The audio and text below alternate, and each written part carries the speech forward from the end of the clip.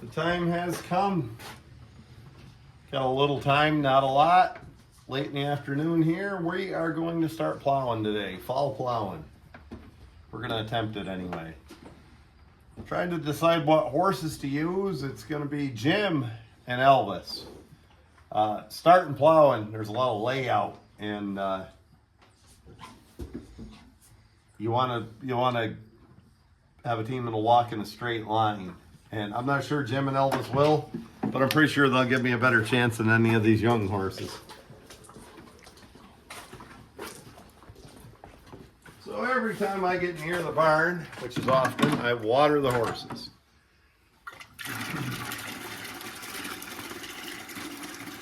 Big believer in, I guess the modern way to say it is hydration, but keeping them watered. Jim and Elvis, and we're going to use the Pioneer walk and plow. It's a little easier to get started with. Then we'll probably switch over to a Leroy and get it adjusted up. And probably switch over to a different team.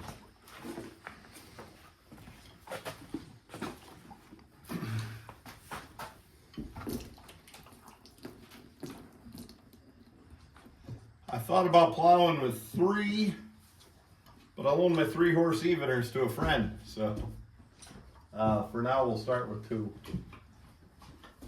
And actually, when I thought about plowing with 3, I thought Ziggy. I thought that'd be a good place for him to start the season in the middle of a 3-horse hitch. But heck, after driving him last week at the horse pull and at the wagon train and the weeks leading up to this, he's right where he ought to be. He doesn't need to be in the middle. I mean, he can be if we need the 3rd horse for power, but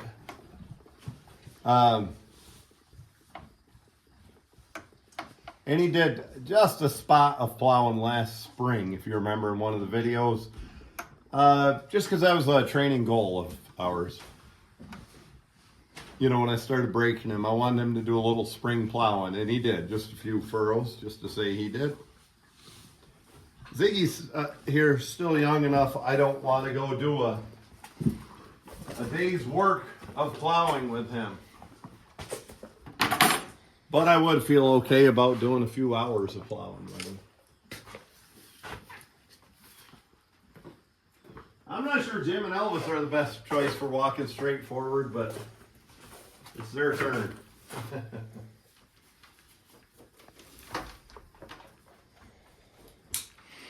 Could probably hook Libby, Nick. Yeah? We don't have a harness fitted for her. Oh my gosh, I hope she doesn't make it on film today. Look at that poor tail. She found the bird out. Cute.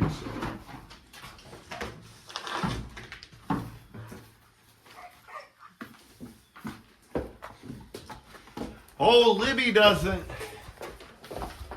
You know, she's sound. She doesn't move like she used to. She's 25. She's been overweight ever since she was since she was a weanling. She just doesn't move as free as she used to. But I almost bet you, week work and getting some more exercise, and she'd probably start moving freer all the time. But we have a lot of young horses we got to focus on. Elvis, you're not going to be young much longer. None of us are. A friend of mine reminded me of something today, Nick. Yeah? It's too late to die young. Elvis is going to turn 7 here in about a week. He was a late foal.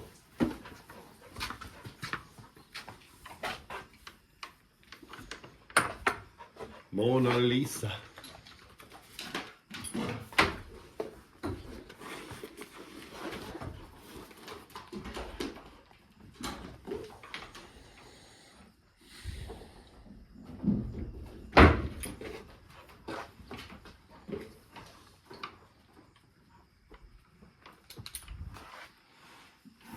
So you notice my dog being a putz in the background. Kind of gets me off my game to begin with because I get upset with him.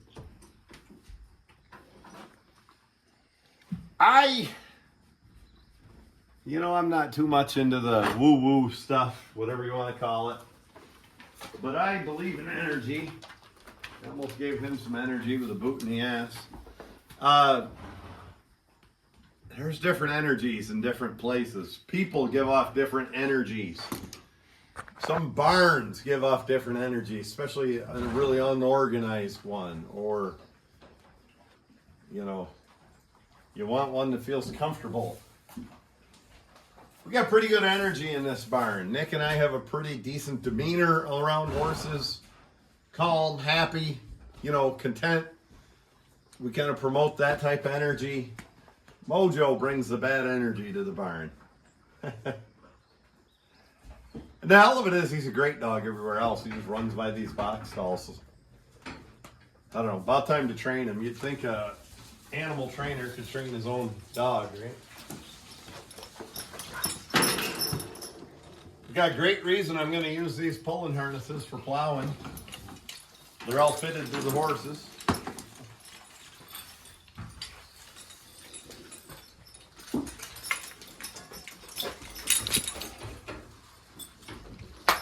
Whoa, sorry, Elvie.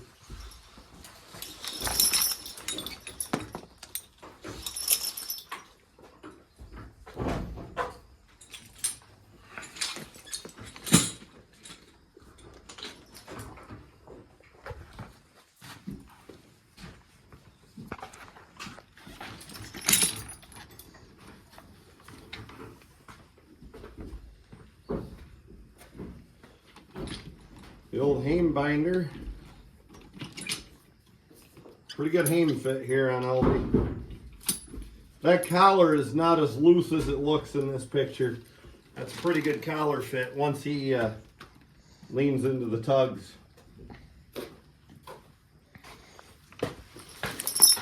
I'll tell you an ox story so I can tell you a horse story, because really it amounts to the same thing. I had a homemade yoke. Howard Van Ord helped me make. 10.5-inch yoke. We made it out of ironwood with homemade hickory bows, good bows. And went up to Nathan Hines' house, great ox man, up in Worthington, Massachusetts.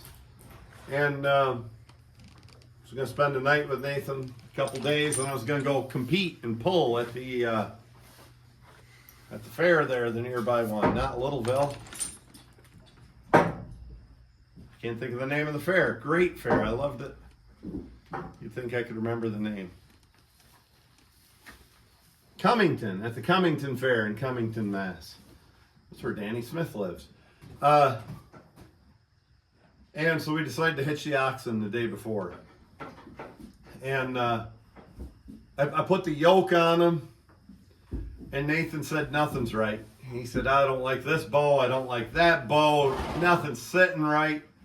And I said, what do you think ought to change? And he said, don't change anything until we hook them.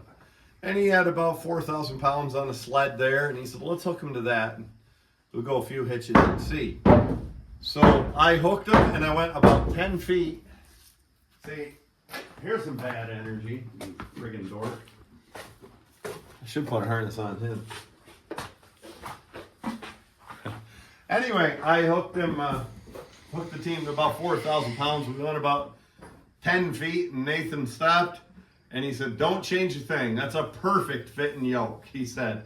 He said, it's one of those teams where it doesn't look like it fits good until everything gets seated and back against them and everything fits perfect. And he said, you really dialed it in well.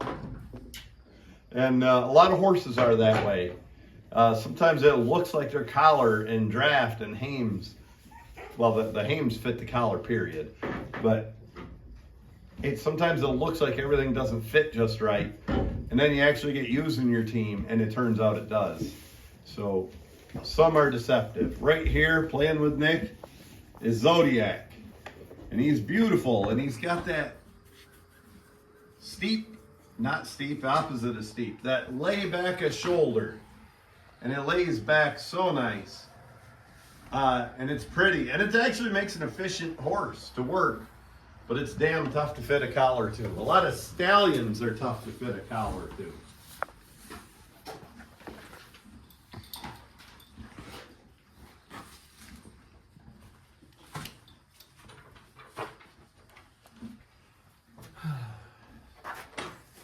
I'll finish that story about Pete and Joe, my Canadian Holstein crosses. I wanted to weigh in 3,400 class, I don't remember. Whatever class I wanted to get weighed in. We were a little bit heavy the night before on Nathan's scales. And he said, we can get them in. I'm a lightweight horse puller. I know how to get them in. We can blanket them and work them. They would have weighed in by morning. But Nathan said, they're going to get about 8 teams in the sweepstakes, which is what we call the heavyweights. Unlimited weight class. He says they're going to have about 20 teams in the 3,400 pound class. You'll be lucky to finish 10th in the 34s and even finishing dead last in the sweepstakes, you will probably place higher. And we let it go at that. And I wanted to do a bunch of other courses too. We did some obstacle courses. Actually, we won a show. We were the best overall working oxen on the ground, and there were a lot of entries. I was pretty proud of that. And then we went to the pole that night, and I don't remember what the load was. I'll put a picture of it in here, and we crossed it. That would have won the 3,400 pound class, and as it was, we finished 7th or 8th in the sweepstakes class. But I've been around horses in pulling long enough to know if they were gant, and if I did what I needed to get them weighed in the next morning, they might not have felt as good as they did, and they might not have crossed that same load, and we might have been, 8th or 9th in the class that day. You know why I'm not putting Elvis's harness bridle on, Nick? Why is that? It's in the trailer.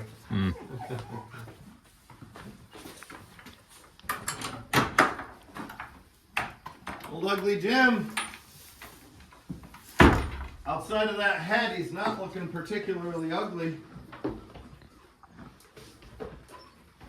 He's looking handsome. He's had a little time off. Not enough to get out of shape, just enough for me to work some other horses, to be honest with you. Come here, buddy. One halter seems tight around his nose. Come here, partner.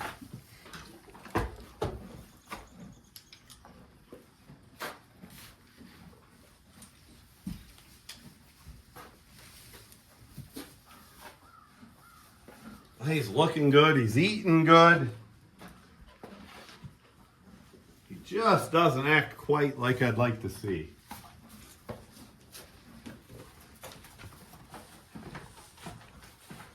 BRB, Nick. 1 second. We can bring on the line.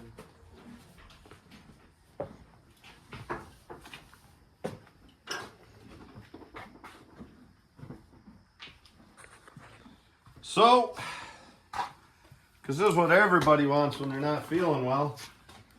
Something stuck up their butt. I think he's just chill, but I want to make sure. So Jim gets his temperature taken.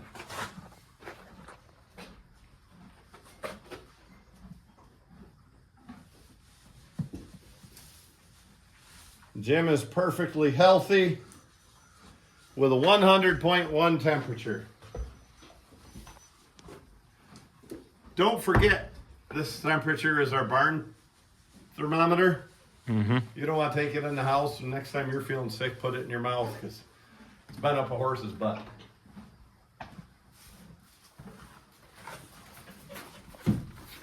That's not the only indication of a healthy horse.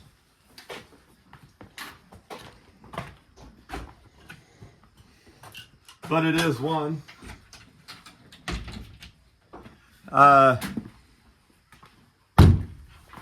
You just look for a bright eye, a general happy demeanor, moving well. Like I said, one of the first things I look at, they're eating and drinking. You can watch their breathing, you can listen to their heart rate. There's a lot of tells.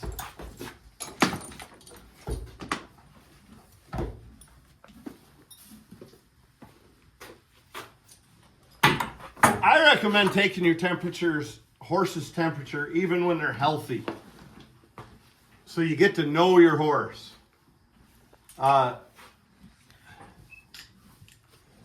So you get to know Rocket Man, for instance. He won the pull last week. He won the last several pulls in a row, actually.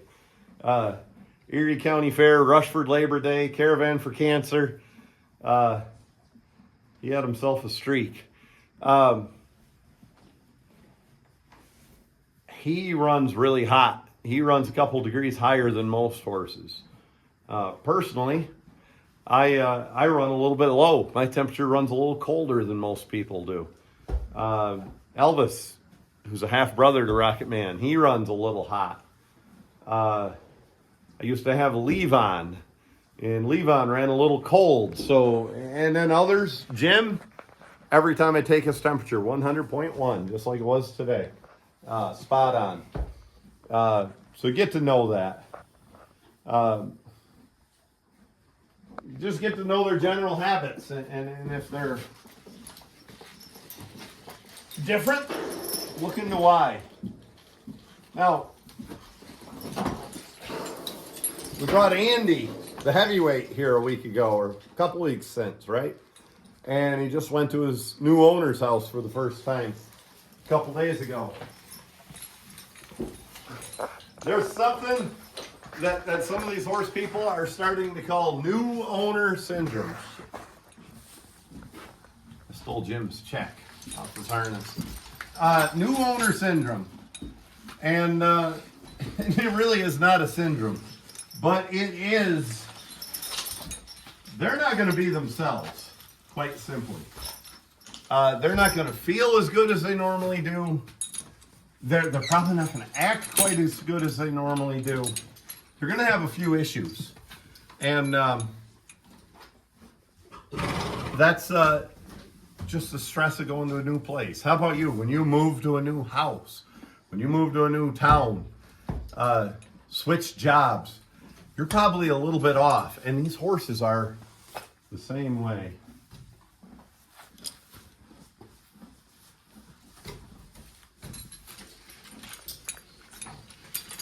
My brother with cattle used to recommend, and it's impractical to do, but it's probably good advice, 1 change a week.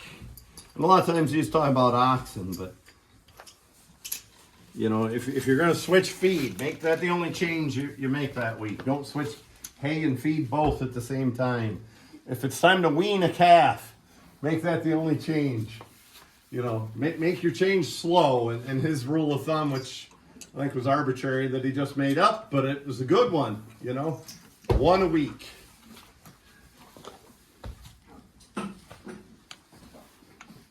You know, these horses are not a lot different than us when they go to a new place. We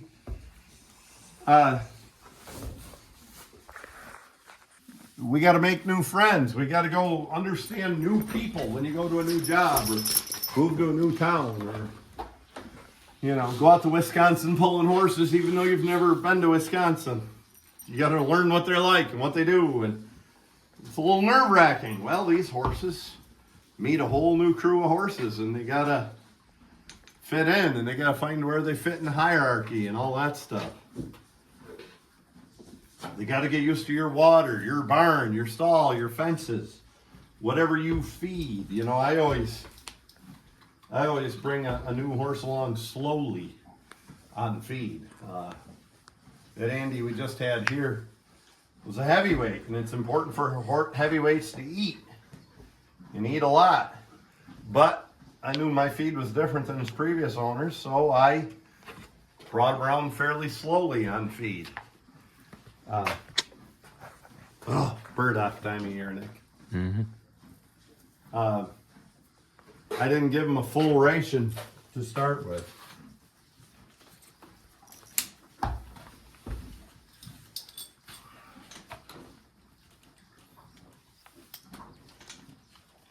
Is it ration or ration? I think it's a ration. I didn't give him a full ration to start with. Nick corrected me.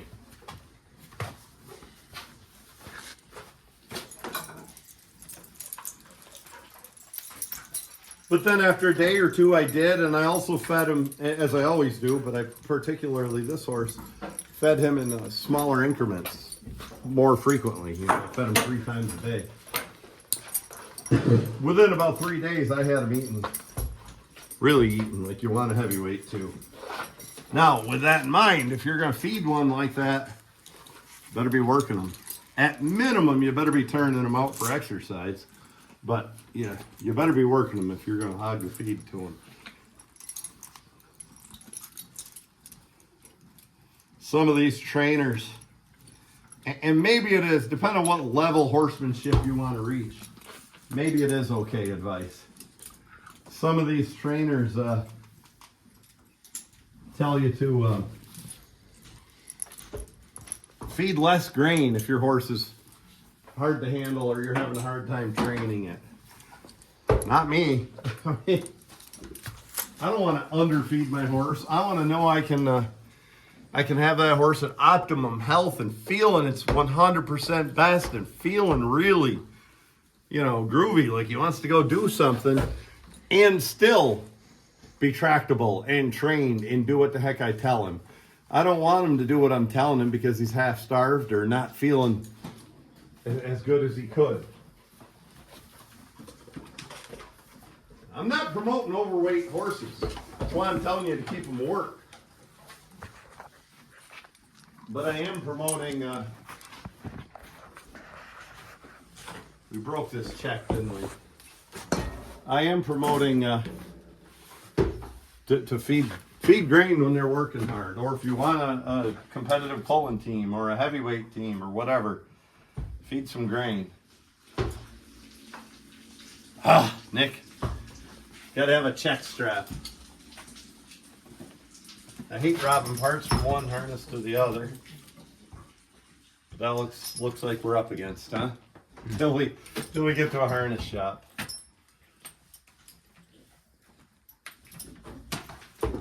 So here's what I'm seeing on Jim. Don't forget, Jim deals with pole evil right here every day. It's hard to get it away. Everything else about Jim is looking, hey, thank you, is looking good and healthy. Except the fact that he has pole evil. And I think it's just causing him to hold his head in an uncomfortable way. Just something we got to deal with, unfortunately.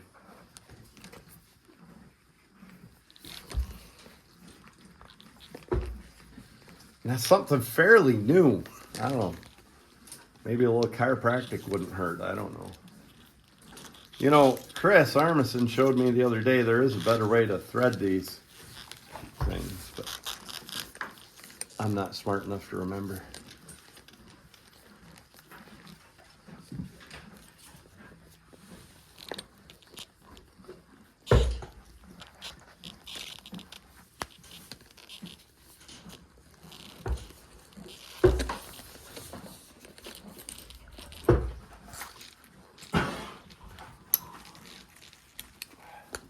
Check him up a little.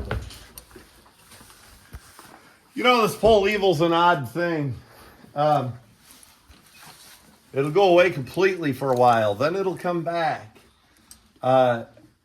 Sometimes it's not even swollen, but he's very sensitive to it. Right now, he's not the least bit sensitive. In fact, he wants me to rub it and touch it and stuff.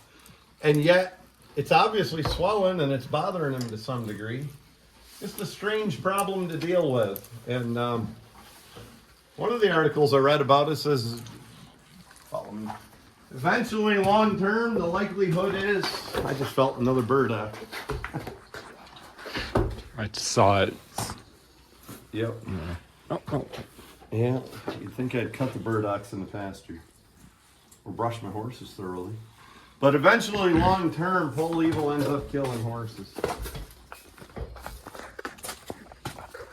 It happens. If you got livestock, you got dead stock, unfortunately. I don't mean to sound coarse or rough about that.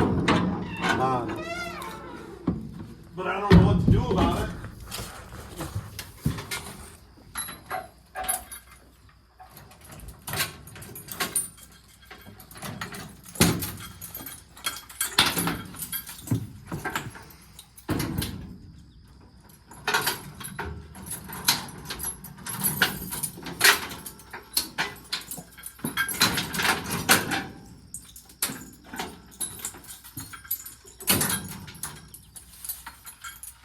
went through all that rigmarole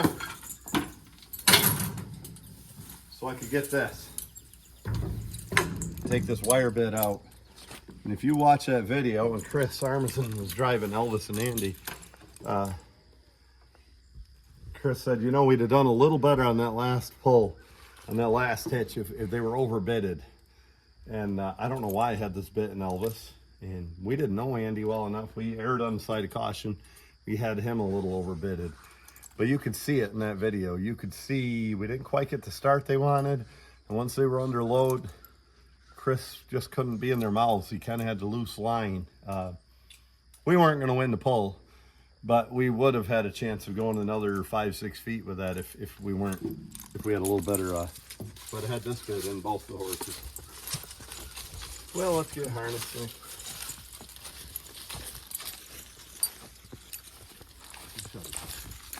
Here's my favorite way to change bits, to hang it right up the way it would go on a horse and then change it like that.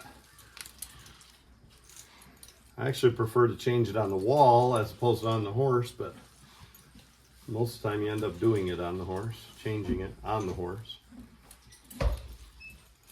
The only bad part about changing it on a horse, well, one, I guess they could walk off on you. And two, you have a third thing hooked in here. You usually have your lines hooked in here.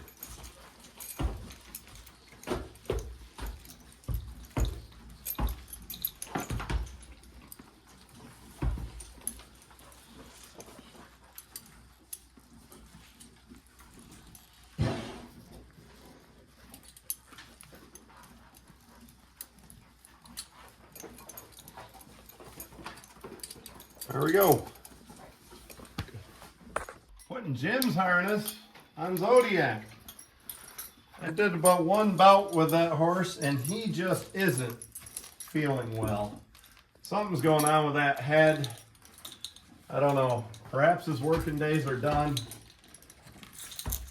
But he's not going to work today, I know that. So I'll get Dr. Joe up here and we'll get his ideas. But I know one thing, I'm not going to work a horse that's subpar like that, not feeling well. That's the horse business.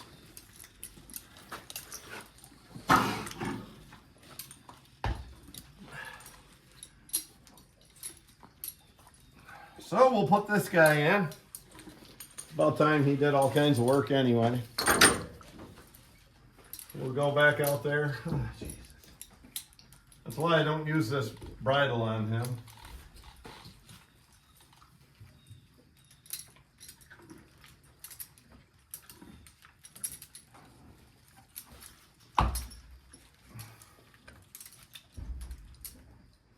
That really doesn't help, does it, Nick?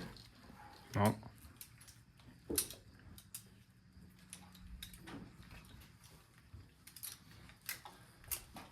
Yeah, it didn't go very well with Elvis being ahead so far and Jim not feeling good and feeling well and being back so far. The sensible thing to do is put Jim away till we get to the bottom of what's going on. If we get to the bottom of it. If not, I guess Zodiac moves into the main team. That's life.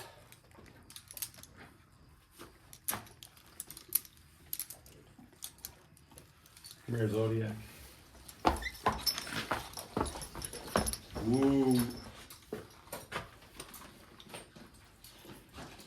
So, I went from Rocket Man and Levon to Elvis and Levon and Penny. And then we had botulism. And we lost Levon. We sold Rocket Man. We lost Penny. All the way back to Jim. And that's a big step backwards to Jim from them other horses. But I suppose for what I paid for him and stuff, Jim was serviceable for a while. And now we got a Zodiac. So we're going backwards all the time. We got Elvis, and Elvis is just coming into his own every day and acting like a horse. The kind of horse you can be proud of. And we have Ziggy, and Ziggy's a good boy.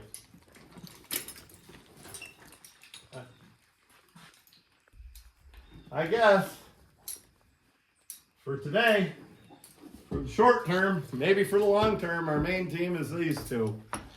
That's kind of a blow, but whatever.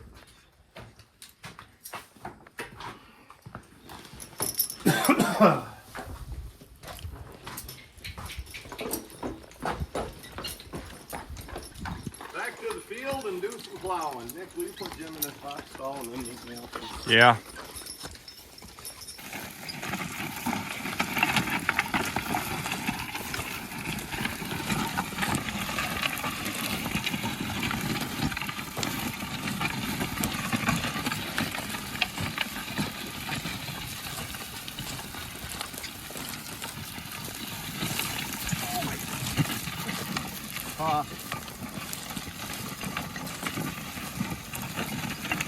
Not very straight furrow to start with. Gee. The issue was Jim just not feeling good. He was so far behind Elvis, I couldn't drive one horse. It was making everybody nervous. When you open up land, you aim for something on the other end of the field. A tree, an electric pole, a fence post, something that doesn't move. And we kind of did that. But it was hard. You can't drive one horse.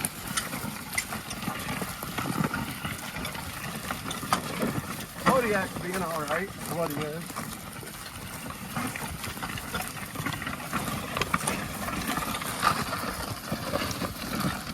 Whoa! Throw me around a little. Someday I'll have a team without apologies. Maybe Zodiac will turn into that.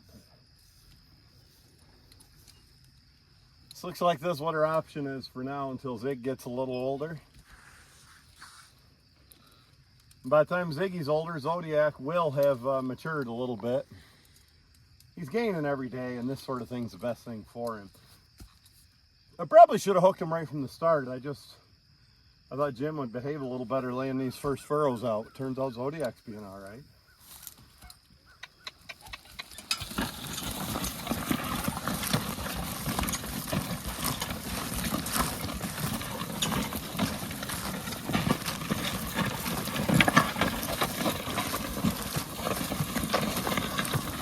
This is hard. I got to straighten up a mess I made.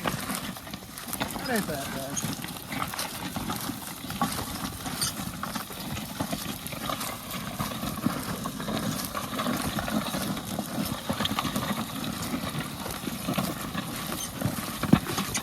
Gee, Elvis.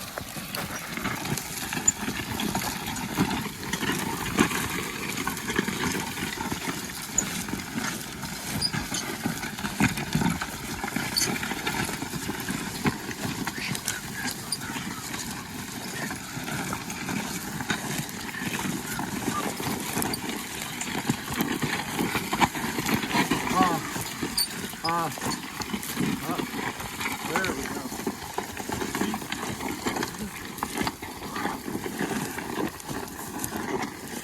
Whoa. That's a poor excuse for plowing. Oh, the both horses tried to go home right there, so then I had to fix that mess.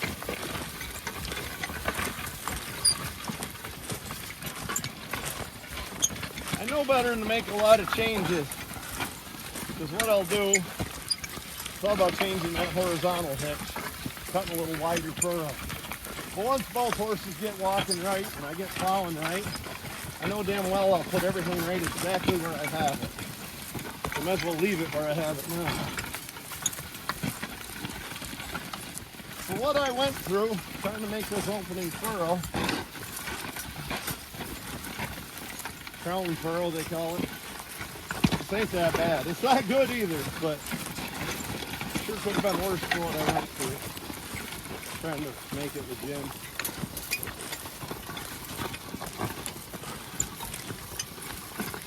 Of course, the spelts were weedy. Whoa! And I got a joiner on instead of a disc holder. You get some of that every now and again.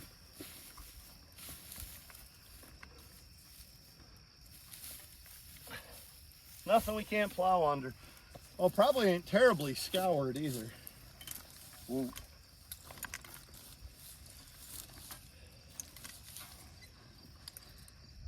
It'll all get better every bout.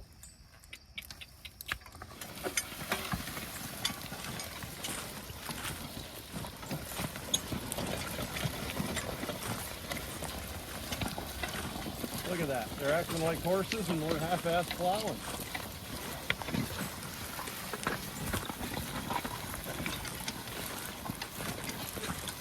Once we get everything adjusted and settled in, I'll probably get an old Leroy or one of my Syracuses or something like that out here that's more suitable for 2 horses.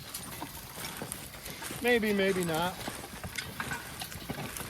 I've said it a million times, what I like about this is I can get parts for it.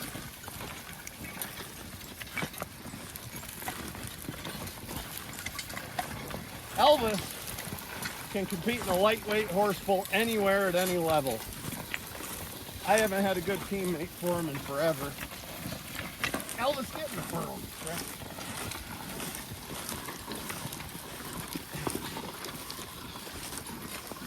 Elvis is about 3 days removed from a superb job pulling at a horse pull, knocking it around with a heavyweight. And here he is plowing. Ooh, on a handle plow.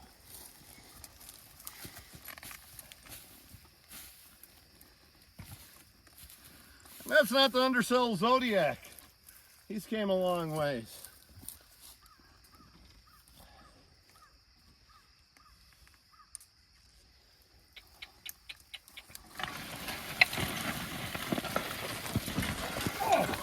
Whoa. Okay, we know it. Save your comments. The right thing to do would have been to pull that plow out of the ground and fix that plowing. This damn Pioneer plow's so heavy. We'll try to fix it as best we can next time and let it go at that. If I had one of the old 12-inch, you know, one of my Syracuses or Leroy, I'd definitely back up. This heavy mongrel, we'll just keep on pushing.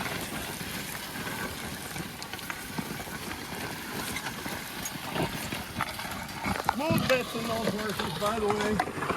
Both of them. Whoa. Gee, I've never been big on the lever bit or wire bit stuff for plowing. Whoa. Gee.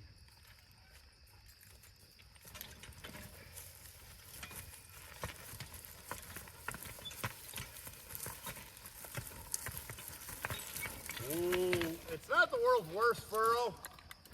It's fairly crooked. Crooked's not the only thing there is to make it a good furrow. It's about half as deep as I am wide, and I'm not showing a lot of trash. They say you can grow as much corn on a crooked furrow as you can a straight one. We're gonna pull ahead a little bit, set this plow in the ground.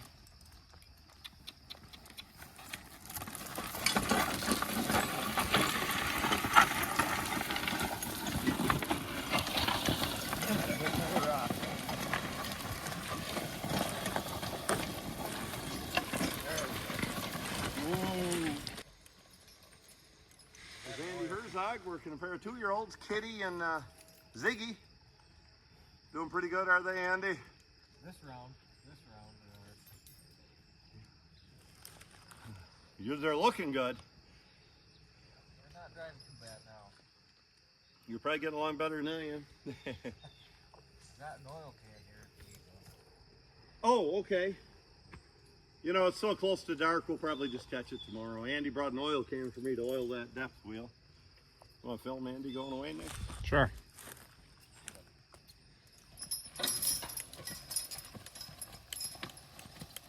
Andy, they're nice and even. They're holding their heads together. It looks good. Trying to. It's nice to help he behave himself better than she does. Nice looking little filly Andy's got there, kitty. Well bred girl too.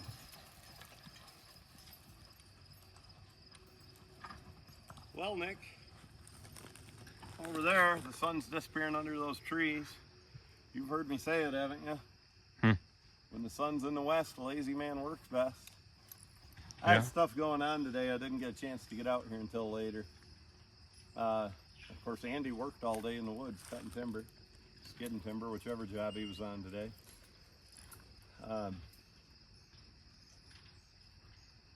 Guess another point, I can address it as we're walking.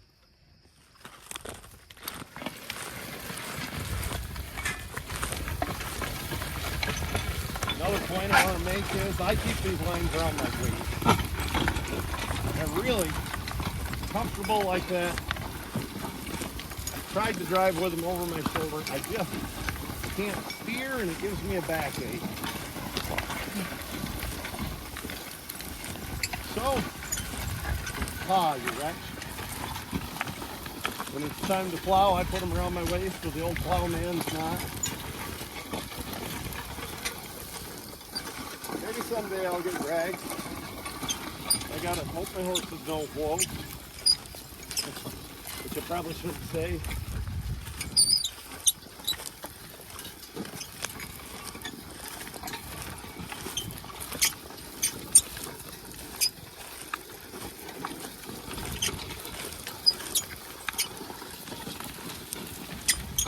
We're not doing that bad a job plowing, son. We probably should have took Andy up on that oil. There's the old squeeze.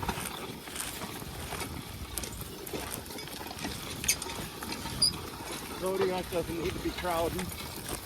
We can cure him of that. Elvis getting the furrow. Elvis is a know-it-all. He thinks he knows more than me. I wouldn't be too proud of that. That's a pretty low bar.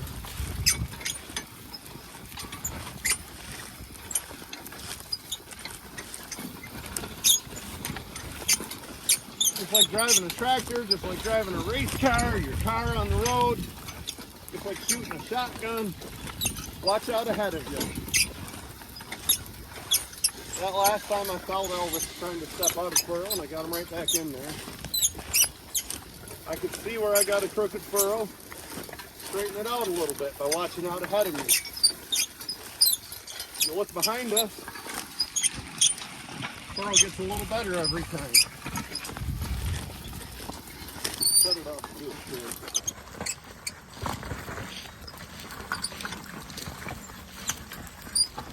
Start it again.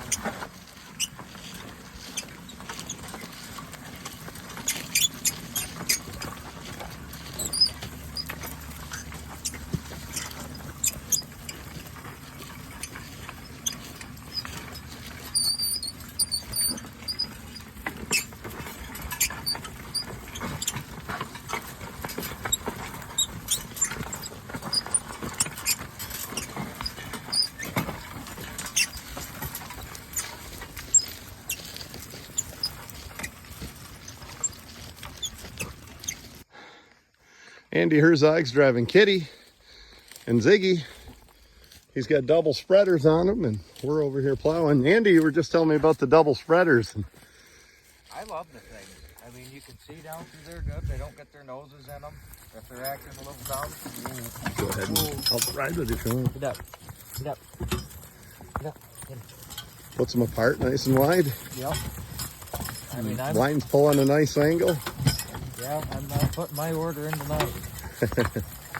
Good deal. Well, I better not get too far away from that 3-year-old or I'll be chasing a horse. Yep. Andy, thank you for working Zig. Thank you. Well, I did change my horizontal adjustment, as I said I wouldn't. I'm plowing better. Trying to plow with one hand. Run the phone with the other hand. I want to show you a point. Whoa. Right here, both teams, Jim and Elvis and Ziggy and Zodiac, were out here doing exercises on a cart. Backing up, turning on a round circle, backing up slowly, keeping things pulled forward. And here's the payoff. Look how those two horses are standing up in the tugs and not back chaining, stepping over tugs. So some of those remedial things we teach pay off later. Well, such as it is, we got some plowing done. It's getting a little better every furrow. The sun's disappearing over here toward Ellicottville on the west. But really, all we wanted to do tonight is get started. Say we got started, and we did, so I'm happy with this. Not happy that Jim is having a rough go of it, but we'll get Dr. Joe out here and fix that if we can. I fear we can't.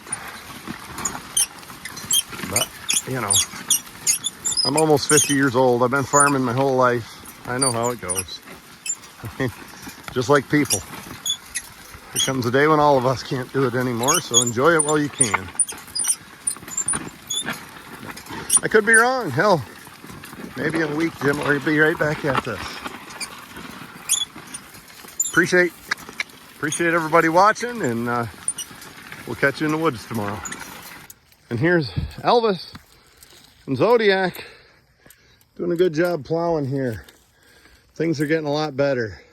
And of course, it's about time to quit. The sun's setting on us here. But everything's going better.